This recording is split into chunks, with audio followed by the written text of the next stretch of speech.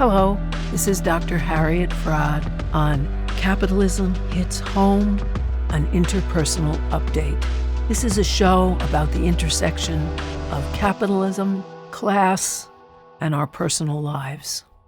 The productions in Russia, the productive apparatus, really wasn't enough to provide opportunities for everyone. This, in turn, led to the crystallization of a bureaucracy under the leadership of Stalin when Lenin died, which rose above society into state capitalism and led to the degeneration of the Russian Revolution. And that political counter-revolution is clearly expressed in the status of women today. However, in 1917, there was a huge, important communist experiment. The Soviets took power under Lenin and Trotsky. However, what happened was that Western capitalists were horrified, even though this happened in a remote, underdeveloped, poverty-stricken, backward country, decimated by World War I. The capitalist powers were horrified. Russia backed out of World War I because a promise of the Bolsheviks was bread, peace, and land. And Russian capitalists mobilized to destroy this socialist and communist revolution. Russian capitalists appealed to all the Western capitalist nations in the world, all the strong ones, Britain, France, and the United States, to join together, invade, and crush this revolution and support the Russian capitalist class. They joined, Britain, the United States, and France, joined the Russian capitalists and the Russian Orthodox Church in the White Russian Army. Lenin and Trotsky formed a Red Army to defeat the White Russians and defend socialism and communism in China. The U.S. had landed 10,000 troops on Russian soil. Have to remember that the only invasions that have happened between U.S. and Russia are when the U.S., sending 10,000 troops, along with British troops and German troops, to invade Russia and crush their revolution. The Russians and the Soviets have never sent troops to the United States. That's one of the reasons Russians tend to be more suspicious of the United States. At that point, right after the revolution, Lenin died and Stalin took over. The Russians took extraordinary measures to survive the invasion when they were already decimated. The proven enmity and hostility of the capitalist world that surrounded the first socialist or attempting to be communist nation provided in Russians a deep fear, which was justified by the invasion. The U.S. didn't even recognize communist Russia until 1934. When the revolution was 1917. So that Russia was a desperately poor nation, decimated by war and an invasion. We have to remember that one of the things that happens when there's an invasion is people get frightened and dial back personal freedoms. Russia under Stalin took away most of the freedoms that people had just won. Freedom of the press, freedom of civil liberties, family freedoms. Look at what Bush did with the American cooperation after not an invasion, but bombings at the World Trade Center. It's interesting to note that the Democrats just renewed the Patriot Act that still denies many of our civil rights. People get frightened and go back into self-defense mode, and the Russians did with a vengeance. So the self-definition The self-definition of the revolution as self-defense was presented as the goal of the revolution instead of the high goals we talked about, creating a new kind of person, creating equality between men and women, creating kindness. The Stalinist bureaucracy proclaimed that socialism had been achieved. This was far from the truth. There were still widespread shortages and material inequality. Women were confined back to the home by thousands of domestic tasks. In 1930, the strongest voice for women was closed by the Stalinist bureaucracy, with the argument that the women's question of equality was now solved in the Soviet Union. Stalin and the bureaucracy reintroduced the old attitude towards the family, the attitude of feudalism and capitalism, that family is the nucleus of society and women's role is basically maternity and family. Divorce was made more difficult and expensive,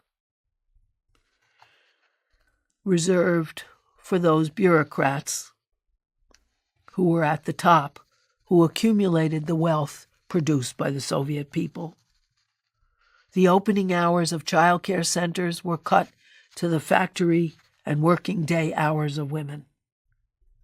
Schools began once again to teach special girl subjects in homemaking and being good housewives. In 1936, Stalin made abortion illegal and praised women's role of producing children as a primary role. Stalin's massive press campaign linked the joys of motherhood with the benefits of socialist power. He said, "A woman without children merits our pity, for she does not know her purpose and the joy of life." Our full-blooded citizens of what he called the freest country of the world have been given the bliss of motherhood. Of course, everyone else has too. The idealization, of the family and marital stability and the close association with womanhood and maternity had a counterpart in the repression of sexual deviance as a social crime, so homosexuals were once again criminalized. Prostitutes were arrested. Under the Bolsheviks, they had a policy of arresting only the brothel owners and exposing the men who bought prostitutes, and offering prostitutes a voluntary support for entering productive work.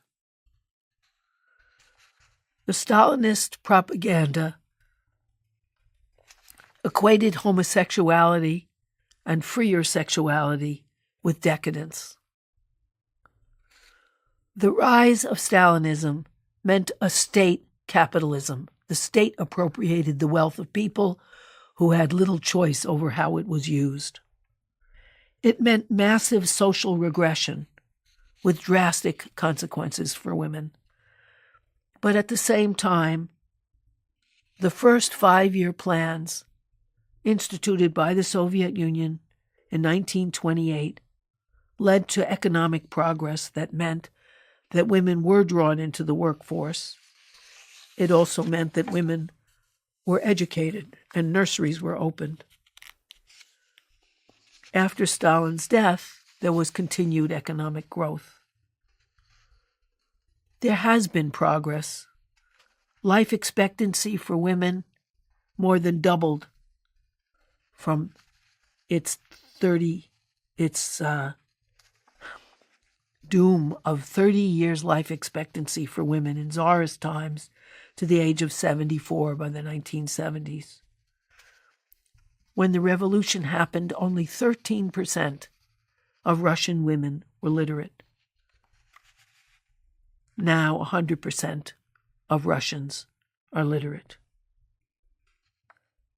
Infant mortality was reduced by 90%, which is a big achievement. Undoubtedly,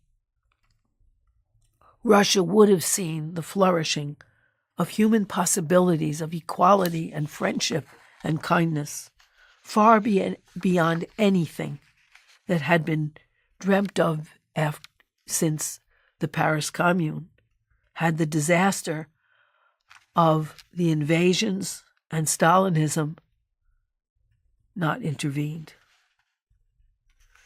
Now, after 1989 and the Russian Revolution against state capitalism, Russia has made a revolution to private capitalism.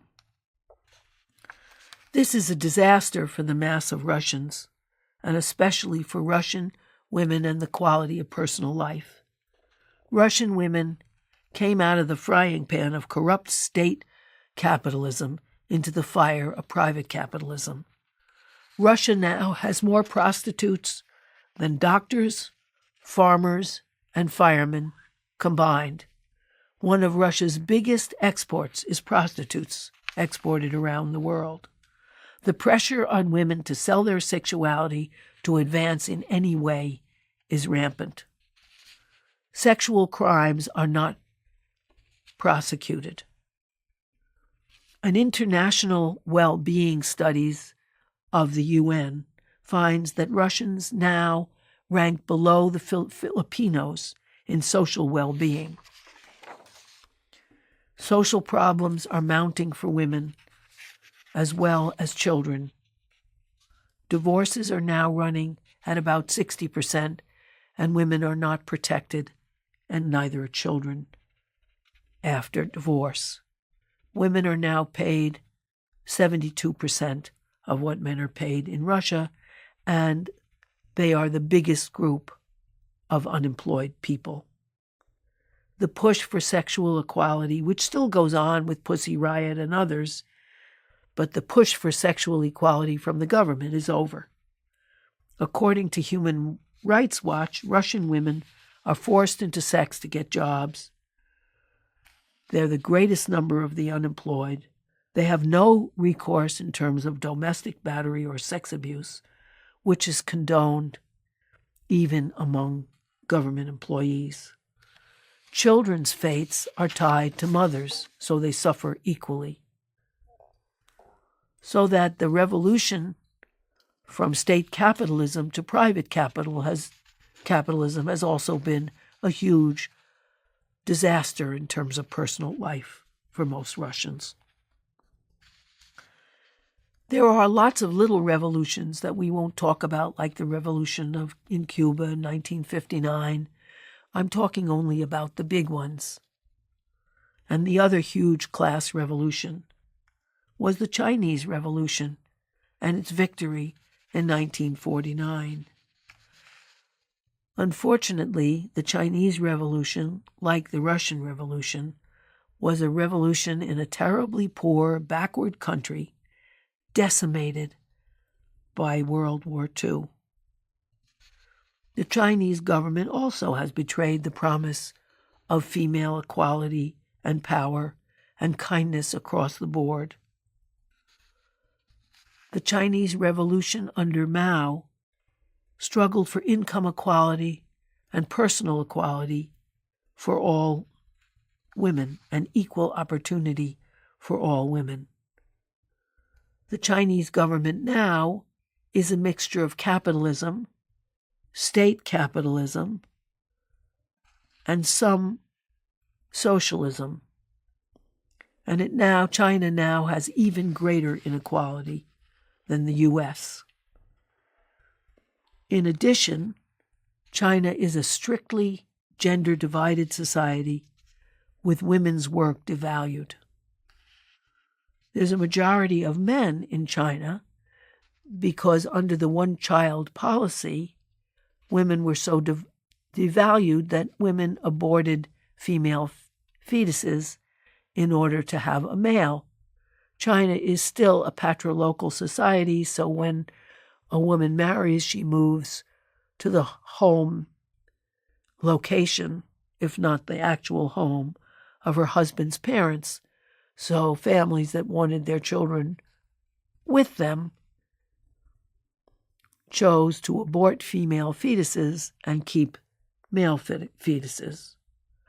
Women are discriminated against in China in both education and employment. Sexual activity is only legitimized in marriage. Women still do the greatest amount of labor in the household. Yet, the Chinese Revolution produced huge advances for its people. China is now the second most powerful nation in the world, and I think soon to become the most powerful nation in the world. U.S. tariffs have not stopped China. For example, Huawei, which had a setback when it was eliminated from U.S. markets, has now figured out how to make all its parts itself and sell its phones all over the world. When the United States stopped supplying China with the natural gas it needed, just today it was announced it now has created with Russia a pipeline to meet its natural gas needs. So in spite of the United States' attempts to cripple China economically, it is not only the second most powerful country in the world, but one of the first but most powerful countries in the world very soon. For example, the United States, in terms of service to its people, has no rapid train across the United States. China has 12 rapid trains that cross China. Workers in China are not paid what they are in America, but they're the highest paid workers in Asia. The Chinese Revolution, which is now not at all a communist revolution, still made huge progress. If we look at the position of women and families before the Revolution of 1949, the vast majority of Chinese women were semi-slaves. The centuries-old practice of concubinage, having concubines, i.e. sexual servants, the buying and selling of wives and daughters, the existence of thousands of slave girls to use as cheap labor or for prostitution. Until the Chinese Revolution, a peasant could turn in his wife or daughter for the unpaid balance of his taxes. In the cities, husbands openly offered their wives and daughters to strangers for money to keep them from starving. Wives were strictly subordinate to husbands. One of the first things done by the Chinese revolutionary government was to eliminate women from those servile positions in society. The revolution also imposed a huge ban, strictly enforced, on the sale of daughters and wives, and forbade bigamy or concubinage and child brothels. Those persons who had contracted marriages under the old system, arranged by others, and felt marriage was a burden, were encouraged to dissolve their marriages. Marriage began to be treated as a freely chosen contract between men and women. Both men and women were given the right to demand a divorce, and women were and still are given equal rights in family property and legal responsibility for the care of children. They were granted equal rights in work and education. They're still not equal by any stretch of the imagination, but their situation is improved. After the revolution, brothels were closed down and the prostitutes were given more opportunities. Now the prostitutes still abound and brothels are open. While effecting a change in the position of women, the Chinese Revolution brought a change in family life. In place of the primacy of family loyalty, which was a big feature of family life in pre-revolutionary China, revolutionary governments attached more importance to the welfare of all and encouraged all people to help fellow workers and neighbors. That's no longer as strongly the case. The care of the old and children was considered a responsibility of the community. It's still considered partially that, but education is now private in China. In short, what had been an attempt at a communist revolution brought fundamental changes and improvements in the overall life of the Chinese people, even though it remains a vastly unequal society and is a mixture of state capitalism and capitalism. The Paris Commune only lasted a few months, but it was close to a communist revolution. The Russian Revolution's communist period existed before Lenin died and before the invasions of the United States, Britain, and France, before Stalin's rule. And the attempt to create a communist revolution in China was over with the death of Mao Zedong. The possibility is there. The possibilities for a revolution that creates kindness are a yearning that can materialize. We have to understand what capitalism, socialism, and communism are and how they played out in history in order to shape our own vision and what kind of society we want to live in. We have to understand that class is who produces the wealth of a society, who gets it, and who decides where and how to distribute it. And we have to decide what kind of society we want to create the greatest kindness between all people, men and women and children and all races together. Thank you for listening. This episode has been brought to you by Democracy at Work. Please support our work. Visit our website at democracyatwork.info.